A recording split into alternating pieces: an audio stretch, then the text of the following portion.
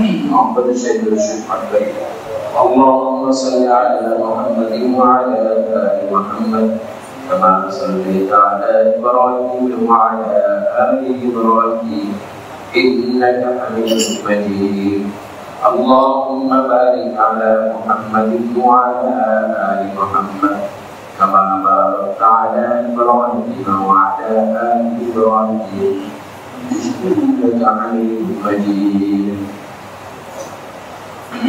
সম্মানিত মুসলিমরা উপস্থিত ইমানদার মুমিন মুসলমান ভাই বন্ধুগণ, মহান রব্বুল আলামিনের লাখো কোটি শুকরিয়া যে আল্লাহ তাআলা আমাদেরকে পবিত্র মাহে রবিউল আউয়াল মাসের প্রথম জুমায় আল্লাহর পবিত্র ঘরে হাজির হওয়ার তৌফিক দান করেছেন।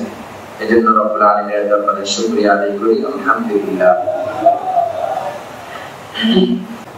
সম্মানিত হাজির, তো রাসূল সাল্লাল্লাহু আলাইহি সাল্লামের এই উম্মতের উপর অনুগ্রহ হচ্ছে তিনি আমাদেরকে রাহমত শিখিয়ে দিয়েছেন, সুন্দর আখলাক চরিত্র শিক্ষা দিয়েছেন।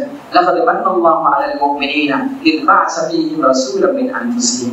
আল্লাহ তাআলা বিশাল এই জাতির উপর, এই উম্মার উপর বড় ইহসান করেছেন, বড় অনুগ্রহ করেছেন। কিসের মাধ্যমে?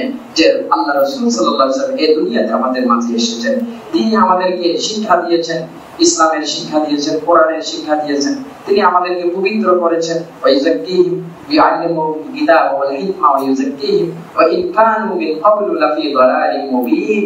অথচ ইতিপূর্বে তারা ছিল পথভ্রষ্ট।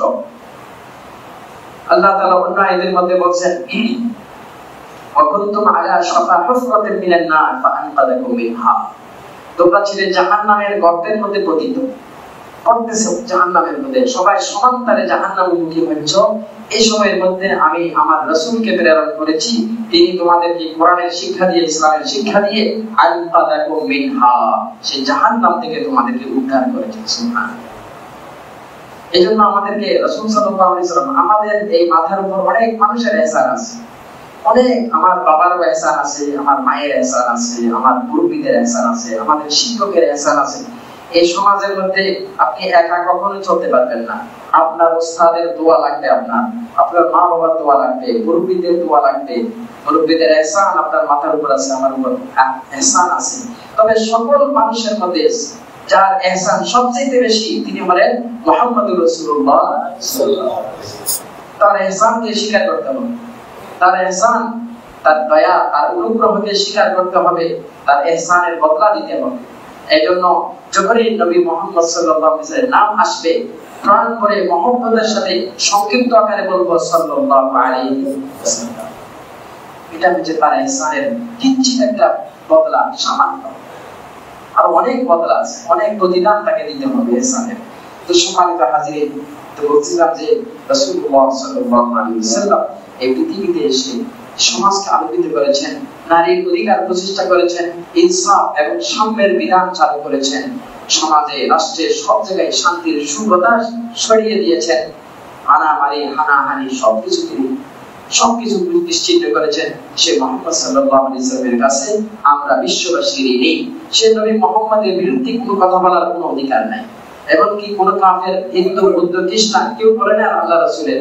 একমাত্র নাস্তিক যারা বেঈমান, তারাই একমাত্র রাসূলুল্লাহ সাল্লাল্লাহু আলাইহি ওয়াসাল্লামের উপর আঘাত হানে, তার ইজ্জতের উপর আঘাত হানে। সম্মানিত হাজির, তো আজকের জুমাতে আমরা যে আলোচনা করেছিলাম যে জাহিলি যুগ, মূর্খতার যুগে কি অবস্থা ছিল, সেই অবস্থা থেকে আল্লাহ রাসূল সাল্লাল্লাহু আলাইহি ওয়াসাল্লাম এই পর্যন্ত আমাদেরকে নিয়ে এসেছেন। আবারও যদি আমরা আমাদের এই জাহিলিয়াত যদি আমাদের সমাজে ঢুকে, আবারও যদি আমাদের বৈষম্য ঢুকে যায়, নারীর প্রতি নির্যাতন বেড়ে যায়, তাহলে কি হবে? এই সমাজের মধ্যে আর শান্তি থাকবে না, মানবতা লুণ্ঠিত হবে, জায়গায় জায়গায় মানুষ নির্যাতনের, বিশ্লেষণের শিকার হবে, যেটা হচ্ছে। এজন্য আমাদেরকে নবী মুহাম্মদ সাল্লাল্লাহু আলাইহি ওয়াসাল্লামের আদর্শ, তার জীবনী, তার সিরাত, তার শিক্ষা আমাদের সমাজে, আমাদের ব্যক্তিগত জীবনে বাস্তবায়ন করতে হবে এবং সেই নবীর একটা জীবনীমূলক গ্রন্থ আমাদের ঘরের মধ্যে রাখতে হবে।